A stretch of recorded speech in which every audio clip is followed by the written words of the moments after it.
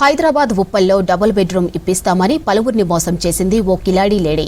రామంతపూర్కు చెందిన Mariyamma double bedroom ఇల్లు ఇప్పిస్తానని పలువురు దగ్గర నుంచి 2 కోట్ల రూపాయల వరకు వసూలు చేసింది.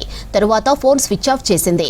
హ్యూమన్ రైట్స్ సహకారంతో నిందితురాలు మరియమ్మను పట్టుకున్నారు బాధితులు. ఆమెను ఉప్పల్ పోలీస్ స్టేషన్కు తీసుకువచ్చి తమకు న్యాయం చేయాలని పీఎస్ ముందు నిరసన చేపట్టారు బాధితులు.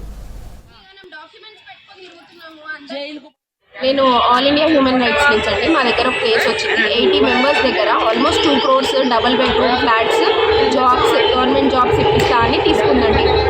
80 మెంబర్స్ దగ్గర తీసుకుందంట.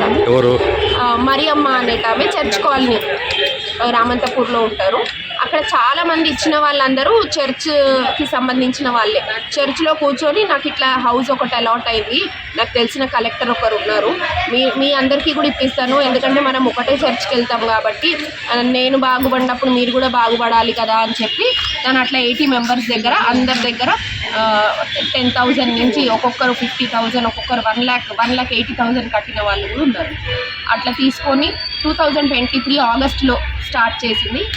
2024 వరకు తీసుకుంది. మీ పేరు మీద నంబర్ వచ్చి మీ పేరు మీద హౌస్ అలాట్ అయింది అని హౌస్ నెంబర్ అడ్రస్తో పాటు మెసేజ్లు కూడా పంపించింది.